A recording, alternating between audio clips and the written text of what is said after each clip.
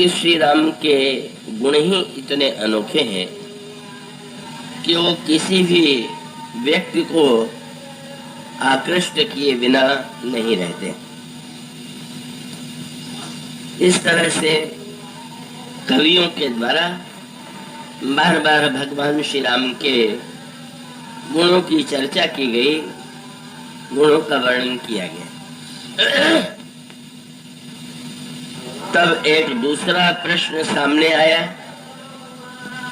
और वो दूसरा प्रश्न यह था कि भगवान श्री राम को लेकर के जो ग्रंथ लिखे गए, जो उनका चरित्र और उनका गुण लिखा गया,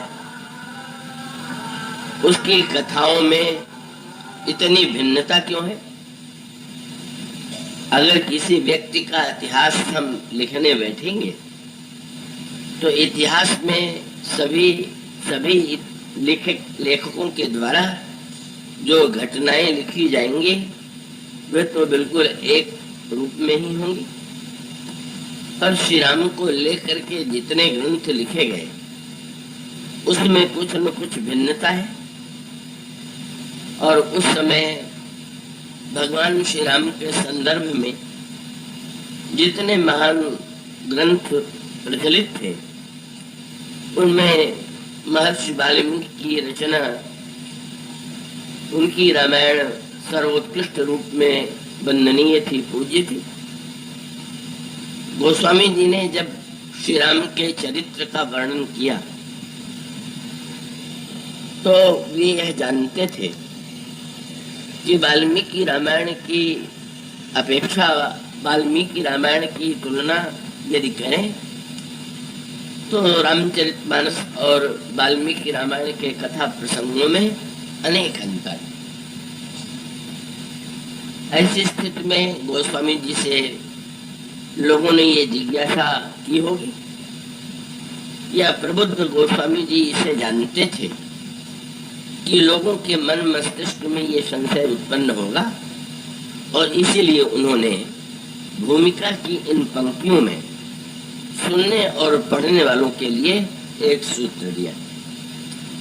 उन्होंने ये कहा कि यदि श्री राम के चरित्रों में या गुणों में या कथानकों में कोई भिन्नता दिखाई दे तो उसे पढ़ करके या सुन करके आश्चर्यचकित होने की कोई आवश्यकता नहीं। क्यों? उन्होंने ये कहा कि भगवान श्री राम एक ही बार अवतार नहीं लेते, अनगिनत बार भगवान श्री राम के अवतार होते, और उन अनगिनत बार भगवान श्री राम के अवतारों के संदर्भ में एक शब्द इस प्रसंग में, इन पंक्तियों में आपको मिलेगा। प्रत्येक कल्प में भगवान का अवतार होता है। कल्प कल्प प्रति प्रभु अवतरहि, चारु चरित नाना विधि करहि। तो भगवान श्री राघवेंद्र प्रत्येक कल्प में अवतार लेते हैं, और प्रत्येक कल्प में जो घटनाएं होती हैं आवश्यक नहीं है कि वे घटनाएं सर्वथा एक जैसी हों, उनमें भिन्नता होती है। इसलिए अगर महर्षि वाल्मीकि के रामायण में घटनाओं का वर्णन किसी अन्य रूप में है और इस ग्रंथ में आपको भिन्न रूप में मिले, तो इसे पढ़ करके आप आश्चर्य या संशय में न पड़े। इस तरह से गोस्वामी जी ने श्रोता और पाठक को, अध्येता को पहले से ही सावधान कर दिया। पर इसके मूल में जो दर्शन और चिंतन है, आप गहराई से उस पर दृष्टि डालिए, जिसका क्रम कल प्रारंभ किया गया था। गोस्वामी जी प्रारंभ में ही यह कहते हैं कि शंकर जी ने पार्वती को यह कथा सुनाई। जब भगवान शंकर पार्वती को सुनाते हैं तो वे कहते हैं काकभूषुंडी ने यह कथा गरुड़ को सुनाई। याज्ञवल्क्य जब कथा कहते हैं तो वे कहते हैं कि जो कथा भगवान शंकर ने पार्वती को सुनाई, कागभूषुंड ने गरुड़ को सुनाया, वह कथा मैं आपको सुना रहा हूं। पश्चात गोस्वामी जी कहते हैं ये परंपरा केवल इन तीनों तक ही सीमित नहीं है, ये क्रम परंपरा आगे बढ़ती गई और कर्म परंपरा के अंत में गोस्वामी जी अपने गुरुदेव का स्मरण करते हैं। वे कहते हैं कि ये जो कथा की अनादि अविच्छिन्न परंपरा है, का उस परंपरा में मैंने इस कथा का श्रवण गुरुदेव से किया। उसका वर्णन भी आप प्रारंभ में ही पावेंगे। मैं पुनि निज गुरु सन सुनी, कथा सुसूकर खेत, समुझी नहीं तस बालपन, तब अति रहूं अचेत। तदपि कही गुरु 12 समुझ परी, कछु मति अनुसारा, भाषाबद्ध करब मैं सोई। मेरे गुरुदेव ने वही कथा मुझे सुनाई। बाल्यावस्था के कारण मैं उसे पूरी तरह से समझने में और ग्रहण करने में असमर्थ था। गुरुदेव ने मेरे ऊपर कृपा की और वही कथा उन्होंने मुझे बार बार सुनाई, और तब कुछ बातें मैं ग्रहण कर सका। और उस समय मेरे मन में आगे चल कर के संकल्प आया कि इसी कथा को मैं भाषा में परिणत करके अनुवाद के रूप में का इसका प्रस्तुतिकरण करूंगा। पूछा गया इस अनुवाद का उद्देश्य क्या है, तो उनका मोरे मन प्रबोध जी हुई। अपने बुद्धि और मन को संतोष देने के लिए, प्रबोध देने के लिए इस अनुवाद के कार्य में मैं संलग्न हुआ।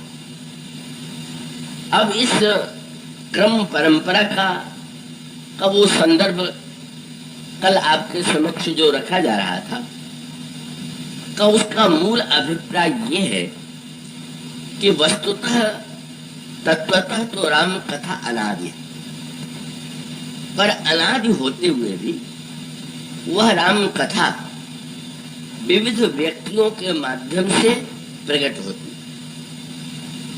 और इस तरह से वह जब हम किसी वक्ता के माध्यम से भगवान की मंगलमयी गाथा को सुनते हैं, भगवान के चरित्र को सुनते हैं, तो हमें ऐसा लगता है कि शायद ये वक्ता अपनी वाणी के द्वारा सत्य का अनुभव करके करता हुआ या अपनी मौलिक प्रतिभा से कह रहा है, किंतु सत्य यही है कि वो क्रम से वो कथा एक से दूसरे व्यक्ति, तीसरे व्यक्ति, और इस तरह से क्रम परंपरा से संसार में प्रभावित होती है। और इसीलिए उन्होंने कथा की तुलना गंगा से। पूछे वो रघुपति कथा प्रसंगा, सकल लोक जग पावनी गंगा। गंगा का उद्गम किससे होता है? अगर यह जिज्ञासा व्यक्ति के मन में उत्पन्न हो तो गंगा के अनेक नामों में से एक नाम है भागीरथी। और भागीरथी का अभिप्राय यह है कि जिसे भगीरथ ने अवतरित किया वे भागीरथी। और तब हमारे अंतःकरण में भगीरथ के प्रति श्रद्धा उत्पन्न होती है कि उन्होंने गंगा को धरती पर ला दिया। पर अगर भगीरथ से कोई प्रश्न करे कि आपने कितना महान कार्य किया कि आप गंगा को धरती पर ले आए, तो क्या आप समझते हैं कि भगीरथ इस प्रशंसा को स्वीकार करेंगे या इसमें महिमा या कर्तृत्व का अनुभव करेंगे? भगीरथ तो विनम्रता से यही कहेंगे कि गंगा तो भगवान शंकर के मस्तक पर थी, यह तो भगवान शंकर की कृपा है कि मेरी प्रार्थना से प्रसन्न होकर के उन्होंने गंगा की धारा को प्रभावित कर दिया, इसलिए वस्तुतः वंदनीय मैं नहीं हूँ, वंदनीय तो भगवान शंकर है। और यदि आप भगवान शंकर के पास पहुंच करके धन्यवाद दें कि महाराज आपने, आपके मस्तक पर गंगा विराजमान है और आपके द्वारा ही ये गंगा प्रवाहित हुई, हम कृतज्ञ हैं कि आपने गंगा की धारा को, संसार को, गंगा की धारा को प्रवाहित करके संसार के व्यक्तियों को धन्य दिया। तो आप अच्छी तरह से ये समझ सकते हैं कि भगवान शंकर भी यही कहेंगे कि गंगा का न तो मैं निर्माता हूं, गंगा मेरे मस्तक पर अवश्य थी और लोगों ने ये देखा कि गंगा मेरे मस्तक से नीचे उतरी, पर सत्य ये है कि गंगा का प्राकट्य तो ब्रह्मा के कमंडल से हुआ। और तब आप ब्रह्मा के पास चले जाइए और ब्रह्मा से प्रश्न कीजिए कि अगर आप न होते तो गंगा कहां से आती? गंगा का जन्म तो आपके कमंडल से हुआ। तो अंत में ब्रह्मा क्या कहेंगे? ब्रह्मा ये कहेंगे कि भाई गंगा तो वस्तुतः भगवान के चरणों में विराजमान थी, उनका मूल तो भगवान का चरण है। मेरे पास तो कमंडल भी न जाने कब से था, जल भी न जाने कब से था, वो तो भगवान के चरणों के संस्पर्श से ही गंगा का प्राकट्य हो। और इस क्रम परंपरा का तात्पर्य यही है कि आप जब गंगा के उद्गम पर विचार करेंगे तो अंत में गंगा का उद्गम ईश्वर से होगा और वो वस्तुतः अनादि रूप में। अगर भगवान से ये प्रश्न किया जाए तो भगवान भी तो यही कहेंगे कि ये गंगा तो अनादि काल से चरणों में विद्यमान थी और इस क्रम से संसार के जीवों के समक्ष प्रकट हुई। ठीक इसी प्रकार से भगवान श्री राम की यह कथा, भगवान राम का ये चरित्र, इसका मूल उद्गम हमें जो दिखाई दे हम उसे मान लें और हम उसे धन्यवाद देते हैं। अभी कानपुर में रजत जयंती कथा की मनाई गई, वहाँ 25 वर्ष पूरे हो चुके हैं। उसमें एक मुस्लिम वक्ता, वो संभवतः कलकत्ते में रहते हैं, उनका मेरे प्रति स्नेह है, गुरु भाव भी है, वे उसमें उपस्थित थे और तब उन्होंने यही कहा कि मैं तो ये चाहता हूं कि ये रजत जयंती ही नहीं, स्वर्ण जयंती हो कथा की, हीरक जयंती हो। और फिर वो उर्दू के शायर की एक पंक्ति उन्होंने पढ़ी जिसमें कहा गया था, जिसमें उन्होंने कहा कि हम चाहते हैं कि ये कथा कयामत तक, ऐसी मान्यता है कि सृष्टि का जो अंतिम दिन है मुस्लिम धर्म की दृष्टि से उसका नाम कयामत है, कयामत तक यह चलती ही रहे कथा। और उसमें अंत में उन्होंने कहा कि मैं चाहता हूं कि वो कयामत भी कभी न हो। और इस तरह से उन्होंने एक भाव प्रकट किया और तब मैंने यही कहा कि आप विश्वास रखिए, राम कथा सचमुच इसी तरह चलती रहेगी और आप निश्चिंत रहिए। जब राम कथा कहेगा तो राम किंकर ही कहेगा, तो वस्तुतः राम से जो जुड़ा होगा, राम का जो दास होगा, वही तो कहेगा। तो आप निश्चिंत हो जाइए, वस्तुतः यह कथा अनादिकाल से अनंत काल तक प्रवाहित होने वाली भगवान की गाथा, भगवान का ये चरित्र है। किंतु अब इस पर दृष्टि डालिए कि जब हम गंगा के उद्गम को इन पात्रों से जोड़ते हैं या राम कथा की गंगा को हम जिन पात्रों से जोड़ते हैं, तो उसके पीछे हमारा तात्पर्य क्या होता है? कृपया पूरी तन्मयता से आप सुने।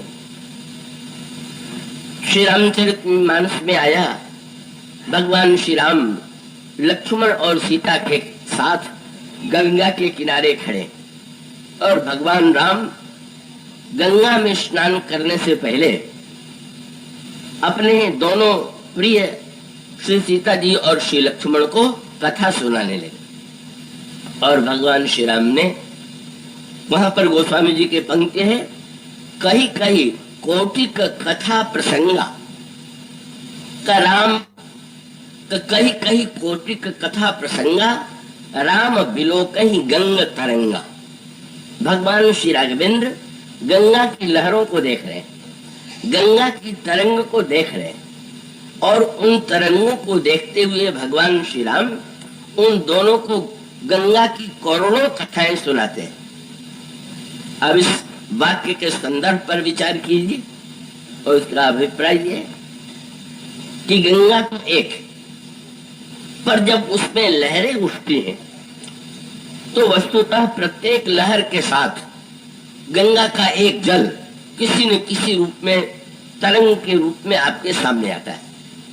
और जब भगवान राम गंगा की इन तरंगों को देखते हैं तो उन्हें गंगा की कथाएं याद आ रही हैं, और गंगा की जो कथाएं हैं भगवान श्री राम दोनों को सुना रहे हैं। और इसका तात्पर्य है कि गंगा में स्नान करने से पहले जब तक आप उनकी महिमा में स्नान नहीं कर लेंगे, जब तक आप कथा के माध्यम से गंगा के स्वरूप को नहीं समझ लेंगे, तब तक आपको गंगा जल के सच्चे स्नान और पान के आनंद का अनुभव नहीं होगा। आप सीधे जाकर के गंगा में गोता लगा दीजिए, शरीर में शीतलता होगी, स्वच्छता भी आवेगी, किंतु अगर आप गंगा की कथाओं को सुने, तरंगों को देखें और उसके पश्चात आप गंगा में स्नान करें, तो आपको एक नए प्रकार के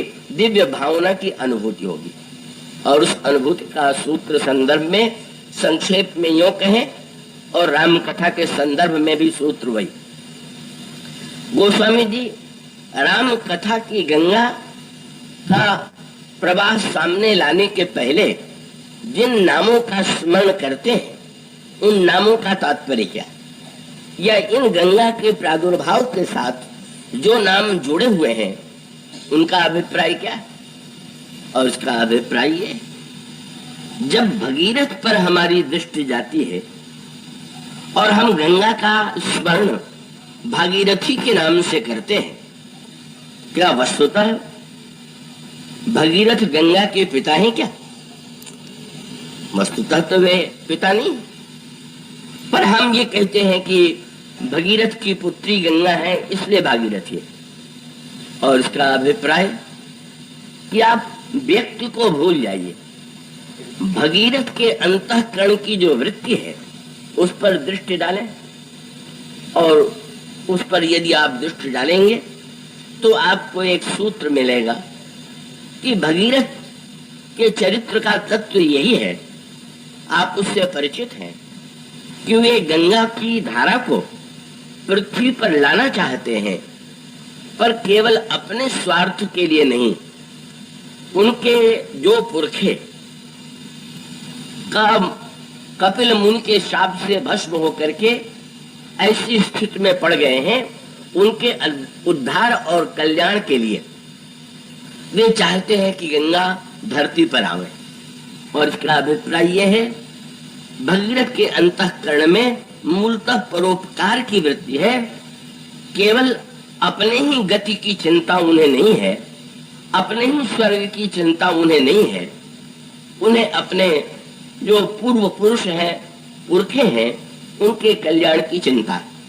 गंगा के साथ एक सूत्र जुड़ गया, मनो परोपकार की वृत्ति से गंगा जुड़ी हुई, और वो परोपकार की वृत्ति भी इसमें एक संकेत है। आप कह सकते हैं कि यदि वे अपने पुरखों के उद्धार के लिए गंगा को लाए, तभी तो इसका अर्थ है कि उनको अपने परिवार की ही चिंता थी। इसलिए हम कैसे मान लें कि गंगा के मूल में परोपकार की वृत्ति है? और इसका उत्तर यही है कि यदि भगीरथ के अंतःकरण में स्वार्थ की ऐसी वृत्ति होती, तो पुरखों का उद्धार करने के बाद वो गंगा जी से कहते कि आप लौट जाइए, हम इतने परिश्रम से लाए और लोग इतने सरलता से गोता लगावे, ये हमें बिल्कुल पसंद नहीं। ऐसी वृत्ति भी लोगों में देखी जाती है। अगर मैंने इतने परिश्रम से किसी वस्तु को पाया है तो लोगों को भी उतनी परिश्रम की अनुभूति होनी चाहिए। पर भगीरथ का अभिप्राय है परोपकार की ऐसी वृत्ति कि जिसमें वस्तुतः संसार के समस्त पतितों के उद्धार की वृत्ति है, कि संसार के पापी से पापी व्यक्ति का भी कल्याण। मानो ब्रह्मा के कमंडल में जब तक गंगा थी तब तक वे पतित पावनी नहीं थी। वे बंध्या थी, पूज्या थी, दुर्लभ थी, पर पतित पावनी तो उन्हें नहीं कह सकते हैं। और ठीक इसी प्रकार से ये राम कथा के जो विभिन्न रूप हैं, इसमें क्रम है। जब हम भगीरथ के संदर्भ में विचार करते हैं तो गंगा की पतित पावनता और पतितों के उद्धार की वृत्ति का परिचय मिलता है भगीरथ और गंगा के माध्यम से। और जब उससे आगे बढ़ करके हम विचार करते हैं कि ये गंगा तो भगवान शंकर के मस्तक पर थी, तो भगवान शंकर का परिचय आप जानते हैं। भगवान शंकर जो है मूर्तिमान विश्वास, भवानी शंकरो वंदे श्रद्धा विश्वास रूपिणो। और इसका अभिप्राय ये है कि विश्वास का जब तक माध्यम न हो, गंगा के समक्ष ये समस्या थी कि जब वे पृथ्वी पर आवेंगे तो उन्हें धारण करने की क्षमता किसमें। और तब मृत्युलोक में भगवान शिव ने धारण किया। और इसका दूसरा सूत्र है विश्वास का सूत्र। विश्वास के माध्यम से गंगा को अपने मस्तक पर धारण किया जाता है। और बहुत बढ़िया बात, इसका अभिप्राय यह है कि वो ब्रह्मा के कमंडल से निकली हुई जो ज्ञानमयी धारा है, वो विश्वास के माध्यम से हम धारण कर सकते हैं। अगर हमारे अंतःकरण में भगीरथ की वृत्ति है तो भी हम गंगा से परोपकार और पतित पावनता की प्रेरणा प्राप्त करेंगे। अगर भगवान शंकर पर हमारी दृष्टि है तो भगवान शंकर के माध्यम से हम विश्वास की प्रेरणा प्राप्त करेंगे कि गंगा के धारण करने के लिए विश्वास की अपेक्षा है। और जब हम ब्रह्मा के कमंडल पर दृष्टि डालेंगे तो ब्रह्मा बुद्धि के देवता है, और वो बुद्धि के देवता ब्रह्मा जो है वे विचार के कमंडल में भावना के जल के द्वारा भगवान का चरण पखारते हैं। और तब ब्रह्मा के कमंडल पर जब हमारी दृष्टि जाएगी तो विचार की महिमा का अनुभव होगा। और उसके पश्चात जब विचार करेंगे तो सबकी अंतिम परिणति जो है वो भगवान के चरणों में जाकर के समाप्त होगी। और इसी क्रम से भगवान राम की कथा की गंगा पर भी आप दृष्टि डालें, विचार करें। और तब ये जितने नाम लिए गए, भगवान शंकर ने पार्वती को सुनाया, काकभूषुंड ने गरुड़ को सुनाया, याज्ञवल्क्य ने भरद्वाज को सुनाया, गोस्वामी जी ने अपने गुरु जी से सुना, गोस्वामी जी ने हम लोगों को सुनाया। ये इतनी बड़ी तालिका गिनाने की आवश्यकता ही क्यों थी? और इसके मूल में तात्पर्य था कि ये जो वक्ता है राम कथा के और जो क्रम परंपरा है, इन पात्रों पर आप दृष्टि डालिए। और दृष्टि डालने के पश्चात इन पात्रों के अंतःकरण में, इन वक्ताओं के अंतःकरण में कौन सी वृत्ति है और किस तरह से भगवान का चरित्र लोक कल्याण के लिए अवतरित होता है का ये महानतम संकेत इस मानस की क्रम परंपरा में भी, मानस गंगा के प्राकट्य के संदर्भ में भी वही सूत्र आपको मिले। और उसमें प्रारंभ कीजिए भगवान शंकर से। गोस्वामी जी ने इसमें पहली पंक्ति यही लिखी है कि भगवान शंकर ने पार्वती को यह सुनाया। और उसके पहले भी एक वाक्य कहा जा चुका है का, जैसे ये आजकल बड़ा शोध का प्रिय विषय रहता है जब किसी भी ग्रंथ के विषय में विचार करते हैं तो इस पर खोज करने की परंपरा है कि किस काल में और किस व्यक्ति के द्वारा लिखी गई। अब यही संदर्भ यहाँ पर भी प्रश्न है कि भाई ये रामचरितमानस जो है इसकी रचना किस काल में की गई।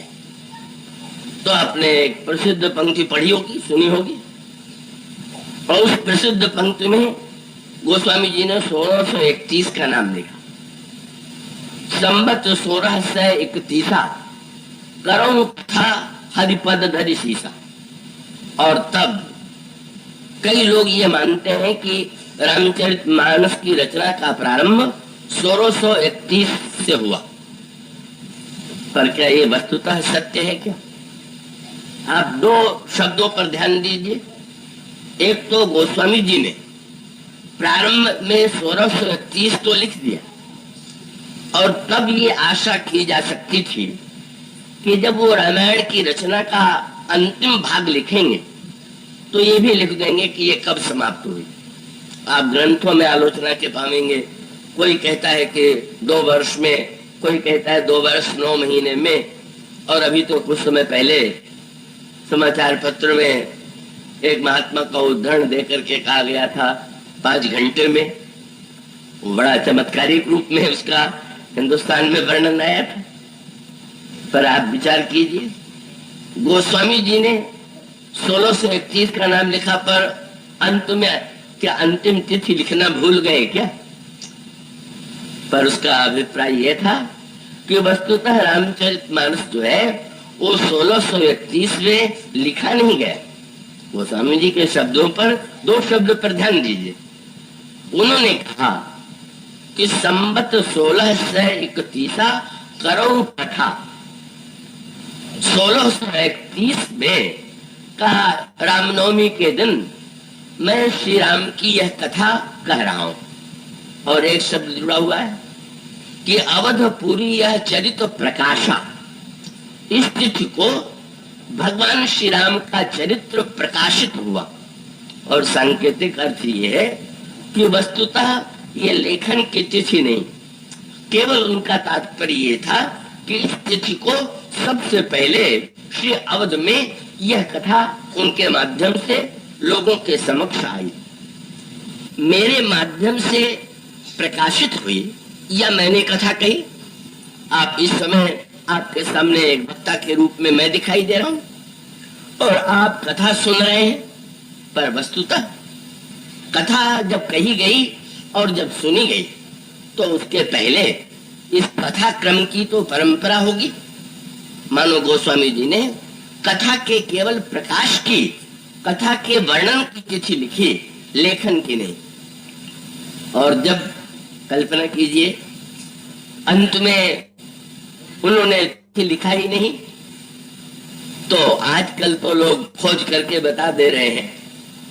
पर गोस्वामी जी से अगर कोई पूछता कि आपने समापन की तिथि भी तो लिख दिया होता, तो गोस्वामी जी यही कहते कि राम कथा कहीं भले ही जाए किसी व्यक्ति के द्वारा, पर वो समाप्त तो कभी होती ही नहीं, तो मैं समापन की क्या तिथि लिखूं।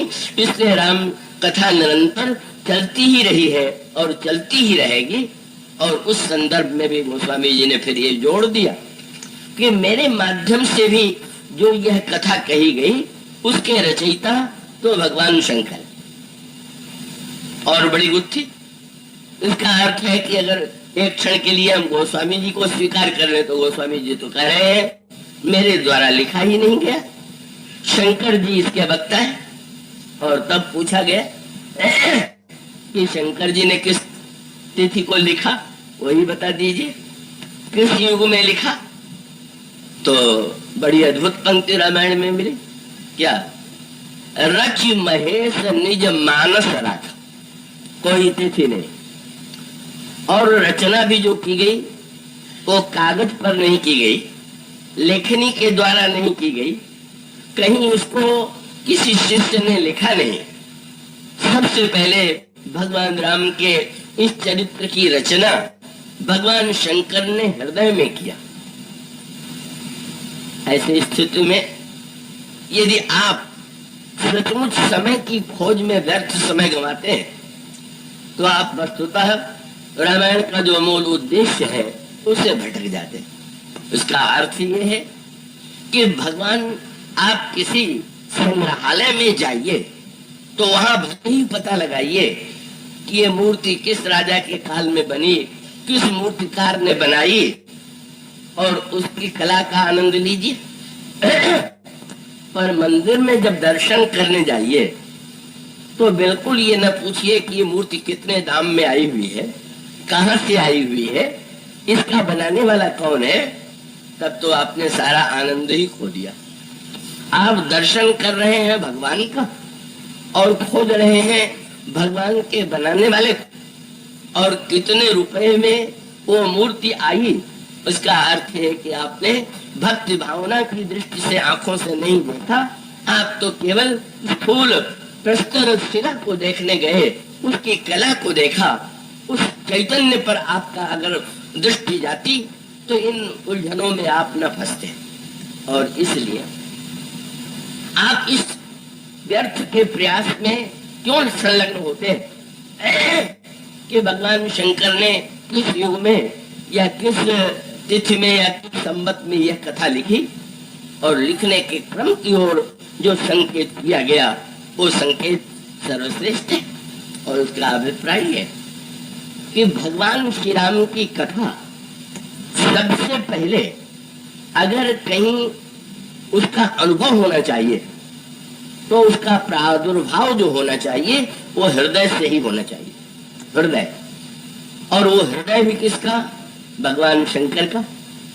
और इसका तात्पर्य ये है कि अगर आप भगवत कथा सुनने बैठे तो आपका अंतःकरण, आपका हृदय यदि विश्वास से ओतप्रोत नहीं, अगर आप भगवान शंकर को हृदय में धारण नहीं कर लेंगे तो आप भगवान शंकर की कथा को सही अर्थों में ग्रहण करने में, और सामने वाला वक्ता अगर वह कथा कहता है तो सक्षम नहीं होगा।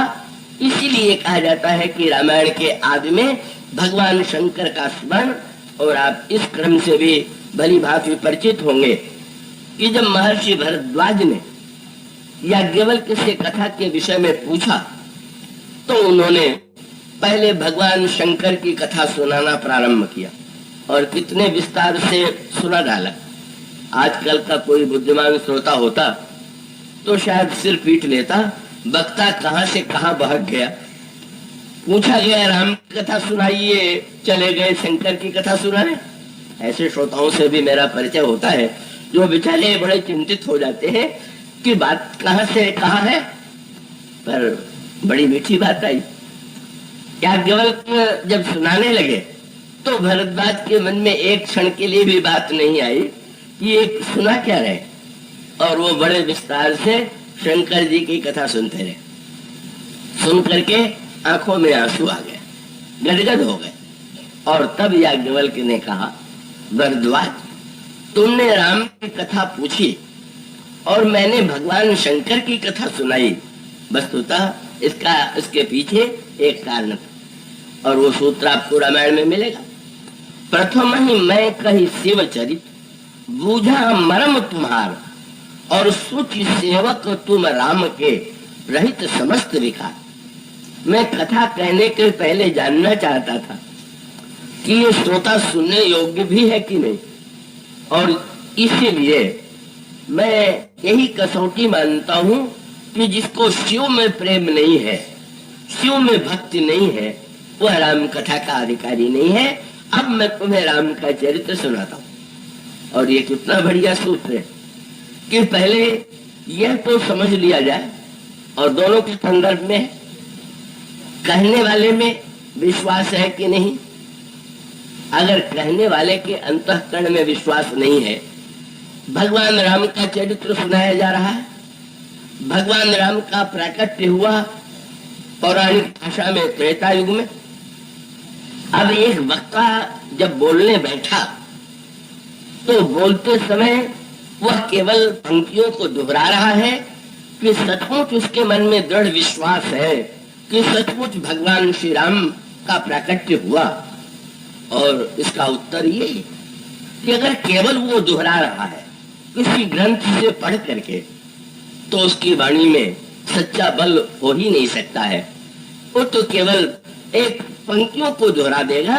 वो दोहराने का भी एक आनंद है, सुनने का भी यूं कुछ न कुछ लाभ है। पर जब कोई अनुभव की वाणी में बोलता है, विश्वास की वाणी में बोलता है, तो उसकी वाणी में सचमुच जो रस या जो अनुभूति होती है, उससे बढ़कर के कोई वस्तु नहीं हो सकती। कबीर का वो वाक्य तो आपने सुना ही होगा। कबीर से जब किसी ने पूछ दिया कि आप तो पढ़े लिखे नहीं, किसी शास्त्र का अध्ययन नहीं किया, पर आपकी ये अटपटी वाणी को लोग इतने ध्यान से क्यों सुनते हैं? आपके पद इनको इतनी सरलता से याद क्यों हो जाते हैं? और तब उन्होंने, वे तो थोड़ा व्यंग्य कला के निपुण हैं, उन्होंने तुरंत कह दिया कि आप में और मुझ में एक ही अंतर है। आप पढ़े लिखे हैं और मैं पढ़ा लिखा नहीं, पर अंतर इतना है कि तू कहता कागज की लेखी और मैं कहता आखिन की देखी। तुम वो कहते हो जो तुमने पुस्तकों में पढ़ा है, कागज में लिखा हुआ था, और मैं वो कहता हूँ जिसे मैंने देखा है, अनुभव किया है। और ये सबसे पहला सूत्र है कि सचमुच रामायण में भी इस बात पर बल दिया गया है। कागभूषण जी जब कथा सुनाते हैं तो एक वाक्य जोड़ देते हैं, और वो वाक्य बड़ा सार्थक है। क्या बोले? यह सब मैं निज नयननि देखी। एक शब्द तो देखी, यह सब मैंने अपनी आंखों से देखा। विचित्र शब्द है, केवल इतना ही लिख देते कि नैननी देखी। ये नैननी देखी के साथ निज नैननी देखी, अपनी आंखों से देखा, इस शब्द को बढ़ाने की क्या आवश्यकता है? पर अगर आप भाव और रस से परिचित हैं तो इसका तात्पर्य बड़ा अनोखा है। इस संदर्भ में स्मरण आता है मुझे जनकपुर का वह प्रसंग, जब भगवान श्री राम के द्वारा धनुर्भंग हुआ और उसके पश्चात दूत जनकपुर से पत्र लेकर के अयोध्या गए। महाराज जनक ने भी बड़ी विनम्र भाषा में पत्र लिख करके महाराज दशरथ को निमंत्रण दिया। भगवान श्री राम ने भी बड़े प्रेम से पिताजी को अपनी पद्धति में समाचार दिए, और ये दोनों पत्र लेकर के जनकपुर के दूत अयोध्या में पहुंच गए। महाराज श्री दशरथ ने उन्हें बुला लिया और पहला कार्य क्या किया? बोले तब नृप दूत निकट बैठा ले। भगवान श्री राम के पत्र को लेकर, महाराज जनक के पत्र को लेकर, परंपरा तो ये है राजा सिंहासन पर बैठता है और दूत जो है वो सामने खड़ा होता है। पर महाराज श्री दशरथ ने सारी परंपराओं से हट करके उस दूत को अपने पास बैठा लिया, और इसका संकेत ये था कि जब पत्र के माध्यम से तुम हमें राम के समीप पहुंचा रहे हो, तो हम अपने समीप तुम्हें न बैठावें तो इससे बढ़कर के अशिष्टता और भाव के विरुद्ध क्या होगा? वस्तुतः सत्य तो यह है कि तुम मेरी अपेक्षा अधिक भाग्यशाली हो, क्योंकि तुम उनके समीप से आए हुए हो, और तुम उनके समीप से आए हुए हो, और आज व्यवहार की दृष्टि से मैं दूर हूं, तो तुम्हें समीप बैठा करके हमको उनके समीप की ही याद आती है। पहला कार्य तो महाराज श्री दशरथ ने ये किया। वही सूत्र, पूज्य कौन है, परंपरा क्या है? बोले पूजनीय प्रिय परम जहाते सब मानिए है राम के नाते।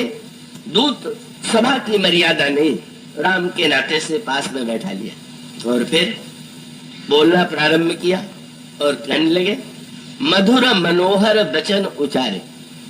और अगला शब्द संबोधित किया भैया।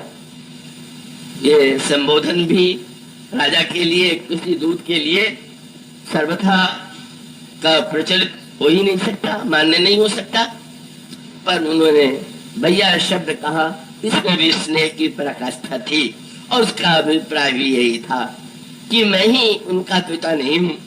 विश्वामित्र के मन में भी वात्सल्य है, तुम भी उसी भाव से तो प्रोत हो, इसलिए हमारा और तुम्हारा नाम तो भाई और भाई का नाता। और उसके बाद शब्द आगे बढ़ता गया और शब्द एक से एक अनोखे। क्या पहला प्रश्न तो यही कह दिया, भैया कहो कुशल दो बारे, मेरे दोनों पुत्र कुशल से तो है। अब दूत आनंद ले रहे हैं और हंस रहे हैं मन ही मन। बड़ा अद्भुत प्रश्न है दो दृष्टियों से। पत्र जनक जी का भी पढ़ चुके, श्री राम का भी पत्र पढ़ चुके और अब भी पूछ रहे हैं कि कुशल से है कि नहीं। क्या पत्रों में पढ़ करके क्या ये समाचार नहीं मिला कि वे कैसे, पर वे पूछ रहे हैं कुशल से तो है। और दूसरी दृष्टि से जब दूत विचार करते हैं कि आज तक जीव के विषय में तो कुशल प्रश्न पूछा गया, पर ईश्वर के कुशल का प्रश्न किया जा रहा है। अद्भुत हमारे महाराज का वात्सल्य भरा हृदय है। का उस समय महाराज श्री दशरथ का क्या हाथों में पत्र नहीं था क्या उसमें सारे समाचार नहीं लिखे हुए थे? पर वही प्रीत की रीत जिसका संकेत सर्वत्र मिलेगा और वो सर्वत्र ही है। श्री भरत भगवान राम का संदेश लेकर के गए, संदेश सुना दिया। जासु विरह सोतहु दिन राति, रटहु निरंतर गुणगन पाती, रघुकुल तिलक सुजन सुख दाता, आवत कुशल देव मुनि त्राता, रिपुरन जीत सुजस सुर गावत, सीता अनुज सहित प्रभु आवत। श्री हनुमान जी गदगद हुए, भरत जी सुन करके विवल हो गए, उठ करके हनुमान जी को हृदय से लगा लिया और हनुमान जी से ये कहा कि हम आपके ऋणी। पर आगे की बात बड़ी भावुकता भरी थी। जब कोई अपने को ऋणी कहता है तो ऋण उतारने की चिंता होती है। पर भरत जी ने कहा कि महाराज आपने ऋणी तो बना लिया, पर ऋण चुकाने की, ऋण देने वाले ध्यान रखते हैं कि सामने वाले जितना ऋण चुका सके उतने ऋण दिया जाए। पर आपने तो इतना ऋण दे दिया कि मैं तो चुका पाऊंगा नहीं, तो आप ऋणी कह क्यों रहे हैं? तो तुरंत श्री भरत जी ने कहा कि जब आप इतना ऋण दे ही चुके और मैं चुका ही नहीं पाऊंगा तो थोड़ा और सही। इसलिए वो पहला वाक्य उन्होंने कहा, नाही निता तो उर्णमय तो ही। क्या चाहते हैं? बोले अब प्रभु चरित्र सुनावहु मोहि। अभी का चरित्र नहीं सुनाया था क्या? पूरा तो लंका के युद्ध का सूत्रात्मक परिचय दे चुके, पर कहते हैं जरा प्रभु का चरित्र तो सुना दीजिए। हनुमान जी ने फिर सुनाया। अब जिज्ञासा समाप्त हो गई ना। कह लगे आपने कथा तो बड़ी मधुर सुनाई, पर अभी मेरे मन में एक प्रश्न और बाकी है। क्या बाकी है? बोले ये बताइए कि निज दास जो रघुवंश भूषण कबहु मम सुमिरन करो। कभी किसी दिन भगवान राम ने मेरा स्मरण किया? और एक शब्द और जोड़ दिया, भाई के रूप में नहीं, निज दास जो, अपने निज सेवक के रूप में क्या कभी उनके मुंह से ये निकला कि भरत मेरा निज दास है? क्या उद्देश्य था?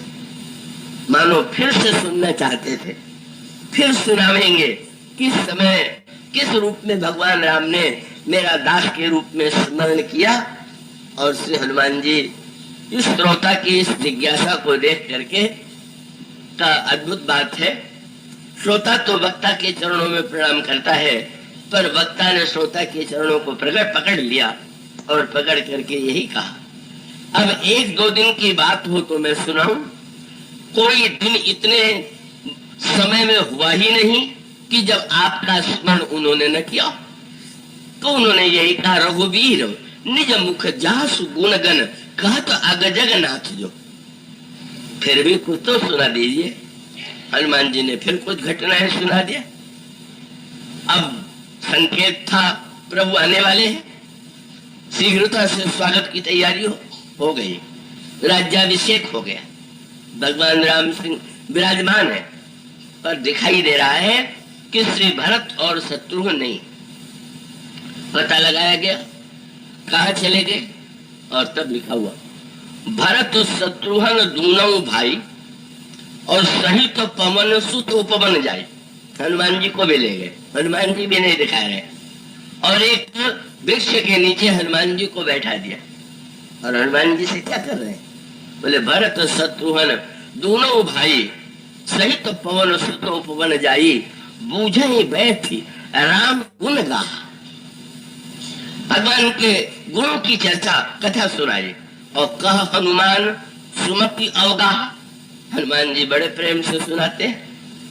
पर सोचिए आप, अभी कथा समाप्त जब होगी, अगर आप मुझसे कहने लगे कि एक बार फिर दोहरा दीजिए, यद्यपि आप ऐसा कहेंगे नहीं, ये मुझे पता है, इतना धैर्य आप में शायद न हो, पर वो आपकी ही बात तो नहीं है, मेरे लिए भी शरीर की सीमाओं में शायद मैं यही कहूंगा कि भाई अब कैसे सुनाऊं, मेरा शरीर श्रमित हो गया है। तो ऐसी स्थिति में वक्ता और श्रोता की एक सीमा है, किंतु वहां कथा समाप्त हुई, और तब श्री भरत जी ने हनुमान जी से कहा, वो प्रसंग आपने सुनाया, जरा फिर से एक बार सुना दीजिए। वो स्वामी जी यही शब्द लिख रहे हैं, बोले सुना तो विमल गुण अति सुख पावे। वही राम अनंत अनंत गुण का रस क्या है? वही वक्ता, वही श्रोता सुनाया, और सुनने के बाद बड़ा सुख मिला। पर एक बार नहीं, बहुरी दूसरी बार सुना दिया। बोले नहीं, कुछ धारण नहीं हुआ, फिर से एक बार, और इस तरह से बहुरी करी विनय सुनावहे।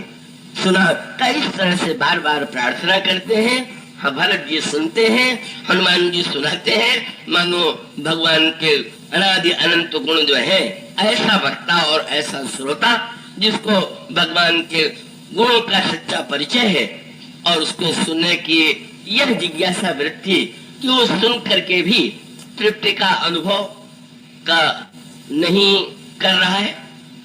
आप कल्पना कीजिए, भरत जी के हाथ में घड़ी होती तो कई श्रोता तो बार बार घड़ी को देख भी लेते हैं कि अब और कितने देर चलेगी ये कथा। पर वस्तुतः कालातीत, जब कालातीत प्रभु की कथा प्रारंभ हुई तो मानो काल की गति भूल गई और काल की गति अवरुद्ध हो गई। यही रस की पराकाष्ठा। वस्तुतः पत्र पढ़ लिया महाराज दशरथ ने, पर प्रेमी का हृदय जो है उसे ये लगता है कि नहीं, फिर पत्र पढ़ लिया तो क्या, जरा सुने। पर सुनने के समय प्रश्न भी कितना अनोखा। पहले पूछ दिया, भैया कहो कुशल दो बारे। दोनों पुत्र कुशल पूर्वक हैं। मुस्कुरा करके दूतों ने हाथ जोड़ दिया तो कहा कि अच्छा ये बताओ कि ये पत्र जो है तुम्हें कहां से मिल गया? लीजिए, ये भी एक जिज्ञासा। का ये पत्र किसी महाराज जनक ने या किसी ने दे दिया देने के लिए? अगला प्रश्न क्या है? तुम ये बताओ कि ये पत्र स्वयं राम ने तुम्हें दिया है कि किसी और ने दिया? दूत कह सकते हैं कि हाँ उन्होंने दिया, तो अब भी संतोष नहीं। बोले अच्छा, अगर ये पत्र दिया है तो मेरा दूसरा प्रश्न है, तुम नीचे निज नयन निहारे, तुमने अच्छी तरह से अपनी आंखों से देखा है क्या? क्या अनोखा प्रश्न है। दूत आ रहे हैं तो अपनी आंख से तो देख के आए होंगे, पर वो शब्द जोड़ देते हैं निज नयन, अपनी आंखों से, फिर जोड़ देते हैं अच्छी तरह से देखा कि नहीं देखा। क्या व्याख्या की जाए? हम सब दोनों सीमाओं से घिरे हुए हैं, पर उसका अभिप्राय यही था कि सच्चे अर्थों में किसे देखना कहते हैं, किसे अपनी आंखों से देखना कहते हैं, और अपनी आंखों में भी भली प्रकार से देखना, ये सचमुच भावना के विभिन्न स्तर है। और इस संदर्भ में महाराज श्री दशरथ के प्रश्न को सुन करके दूत मौन रह गए। दूत कह सकते हैं कि महाराज ऐसा ही है। बोले ना, हम इतने से संतुष्ट थोड़ी हो जाएंगे। तब बोले पहचानहु तुम कहु स्वभाव, देखा ही है कि पहचान भी हुई, और अगर कह दोगे कि पहचान भी हुई तो मुझे संतोष नहीं होगा। तुम कहु स्वभाव, उनका स्वभाव बताओ, तब हम मानेंगे कि तुम्हारा परिचय हुआ। सचमुच अगर आप इसका रस का आनंद लेना चाहें, उसकी तो सीमा ही नहीं। उसका अभिप्राय यह है, देखना और बात, और अपनी आंखों से देखना और बात, अपनी आंखों से भी भली प्रकार देखना और बात, और भली प्रकार देखने के बाद भी पहचान हो जाना और बड़ी बात, और पहचान हो जाने के बाद भी स्वभाव का जब परिचय हो जाए तो मानो इसका अभिप्राय है भक्त की साधना का क्रम यही का। बस मानो जब आप किसी दूसरे वक्ता से सुनते हैं तो उस समय भी तो आप सुन रहे हैं, और आपके सामने एक चित्र होगा, पर उस समय जो आप देखते हैं वो वक्ता की आंख से देख रहे हैं, अपनी आंख से नहीं देख रहे हैं। अपनी आंख से देखने का अभिप्राय ये है, सामने वाले व्यक्ति ने अपनी आंख से देखा, और उसकी सार्थकता ये है कि जिसे आपने सामने वाले की आंख से देखा उसको अब अपनी आंखों से देखें। यही संकेत सूत्र आपको मिलेगा। पुष्प वाटिका प्रसंग में सखी ने श्री राम को देखा और आकर के श्री राम की सुंदरता का वर्णन किया, और तब श्री सीता जी सखियों के साथ श्री राम को देखने के लिए चल पड़े। बोले सखे, तुम्हारी आंखों को देख करके तो लगता है कि तुमने श्री राम को देखा है, लेकिन जब तक हम अपनी आंखों से न देख लें तब तक संतोष और तृप्ति का कैसे अनुभव। और उस प्रसंग में आप साधना का क्रम पढ़िए, कैसे जिसे उन्होंने सखी की आंख से देखा, फिर अपनी आंख से देखा, अपनी आंख से देखने के बाद फिर भगवान श्री राम को उन्होंने भली प्रकार से देखा। भली प्रकार से देखने के पश्चात कैसे पहचान का क्रम, स्वभाव का और परिणय का क्रम, वहां पर भी भक्ति साधना का यही क्रम जो है आपको मिलेगा। और यहाँ पर भी मानो एक प्रश्न था, और ये प्रश्न बड़े महत्व का था। दूत अब भी प्रश्न का ही आनंद ले रहे हैं। कभी कभी उत्तर का आनंद तो होता ही है, पर प्रश्न का भी एक अपना आनंद होता है। और सचमुच प्रश्न में इतने विह्वल हुए कि उनको लगने लगा कि इन्हें हम सुनावे कि इनसे हम सुने। इस प्रकार की विह्वलता, इस प्रकार से श्री राम के विषय में सुनने की ऐसी आकांक्षा, पर महाराज श्री दशरथ से अब भी नहीं रह गया। बोले अच्छा लगता है आप लोगों ने देखा ही होगा, परिचय भी हुआ होगा, पर कहु विदेह कौन विधि जाने। फिर महाराज विदेह ने कैसे जान लिया, वो तो देह से ऊपर उठे हुए हैं। बस अब दूत अपनी हंसी नहीं रोक पाए और सुन प्रिय वचन दूत मुस्काने और सुनो महीपति मुकुटमणि तुम सम धन्य न को राम लखन जिनके तनय विश्व विभूषण दो। और पूछा कैसे जाना विदेह ने, तो दूतों ने हंस करके देखा। बोले महाराज हमारी तो धारणा यही है और अभी यही विश्वास है कि उनको तो विदेह ही जान सकते हैं, बेचारे देह वाले क्या जानेंगे। इसलिए विदेह ने जाना तो ये तो बड़ा स्वाभाविक है।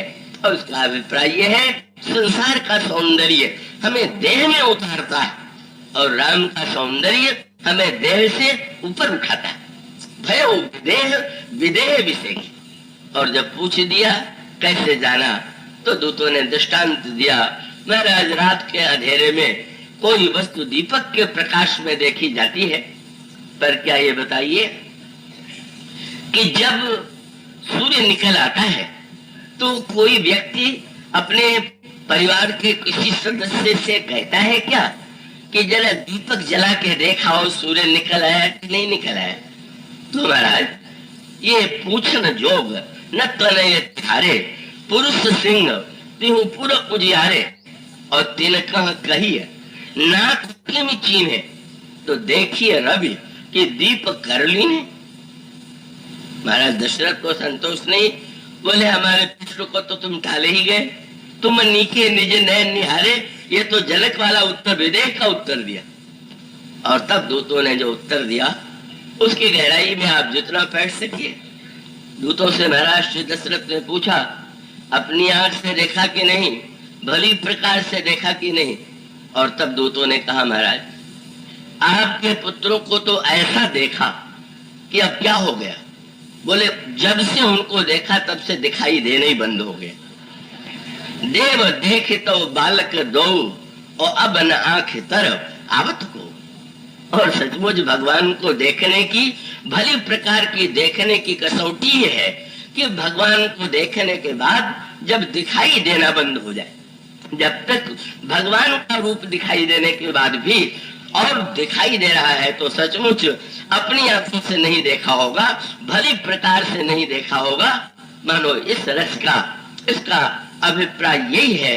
मानो सूत्र उसका का जो कहने वाला व्यक्ति है, पहले आप वक्ता जब निज आंखों से, अपने अनुभव से जो वो कह रहा है उसे वो देख रहा। शंकर जी जन्मोत्सव की कथा सुनाते हैं, कहते हैं मैं स्वयं जन्मोत्सव में गया, परम आनंद प्रेम सुख फूले, बीथिन फिरे मगन मन भूले। मैं भी जा करके जन्मोत्सव में राजमार्ग पर घूमता हुआ राम के जन्म का उत्सव अपनी आंखों से देखा। भुसुंडी जी ने कहा मैं भी शंकर जी के साथ गया था। किसी ने तुलसीदास जी से कहा आप ही पिछड़ गए, उन लोगों का जन्म तो हुआ त्रेता युग में, राम का अवतार भी हुआ त्रेता युग में, और आप तो आए कल युग में, तो आप तो शंकर की आंख से ही तो देख सकते हैं, अपनी आंख से तो नहीं। पर भक्त रस का आनंद तो इसी में है। दूसरे की आंख से भी देखिए, प्रारंभ तो वहीं से होगा, पर देखने के बाद तुलसीदास जी ने जो मीठी बात कही, उन्होंने गीतावली रामायण में कई कविताएं लिखी और ये कहा कि जब श्री राम का जन्म हुआ तो ये गीत गाया गया। किसी ने पूछ दिया आपको कैसे पता, और तब उनका उत्तर कितना बढ़िया है। बोले तो तुलसी हूँ मिली गायो, उन गाने वालियों में मैं भी था। अब आप तर्क वितर्क करते रहिए कि 400-500 वर्ष पहले तुलसीदास और लाखों वर्ष पहले भगवान राम, पर अगर आप काल की दूरी को मिटा करके भगवान को नहीं देख पाएंगे तो वस्तुतः आप रस से वंचित रहेंगे। मानो गोस्वामी जी ने कहा शंकर जी सड़कों पर आनंद ले रहे थे और मैं भीतर गाने वालियों में गा करके आनंद ले रहा था। यही अनुभव की एक दिव्य अनुभूति है, और इसका अर्थ ये है शंकर इसके आदि इसलिए है कि विश्वास बोल रहा जिसने अनुभव किया, और सुनने वाले के अंतःकरण में सुनने वाली पार्वती, और पार्वती का अभिप्राय ये है, पार्वती जी ने पूछ दिया महाराज ये कथा आपने कब से है? बोले बहुत पहले से। बोले तो आपने पहले क्यों नहीं सुनाया? तो मुस्कुरा करके कहने लगे अवरो एक कहूं निज चोरी, सुनो गिरजा अति दृढ़ मति तोरी। पार्वती तुम्हारी बुद्धि बड़ी दृढ़ है। उसका अर्थ यह है कि सती जी भी थी पत्नी के रूप में, कथा भी थी, शंकर जी भी थे, पर शंकर जी ने सती जी को कभी नहीं सुनाया। समझ गए कि यहाँ शास्त्रार्थ प्रारंभ हो जाएगा, सारा आनंद चला जाएगा, कथा सुनाना ठीक नहीं। इसीलिए पार्वती जी ने भी विनोद की भाषा में यही कहा कथा जो सकल लोक हितकारी, सोई पूछन चह शैल कुमारी। शैल कुमारी कथा सुनना चाहती। मानो मीठा विनोद था। दक्ष कुमारी को तो आपने नहीं सुनाया, अब तो शैल कुमारी को सुना दीजिए। और तब मानो इसका सांकेतिक अभिप्राय यह है कि जब वो दक्ष कुमारी शैल कुमारी बनती है और बुद्धिमत्ता में श्रद्धा तत्व का उदय होता है और तब बुद्धिमत्ता से श्रद्धा तत्व का उदय होने के पश्चात राम कथा विश्वास के द्वारा कही गई, श्रद्धा के द्वारा सुनी गई। वो वस्तुतः राम कथा तो न जाने कब से अनादिकाल से विद्यमान थी। और इस क्रम से यह कथा कैसे किस क्रम से उतरती आती है और हम गोस्वामी जी के ऋणी क्यों हैं, उन्होंने ऐसा क्या अंतर ला दिया, वस्तुतः इसमें क्रम है।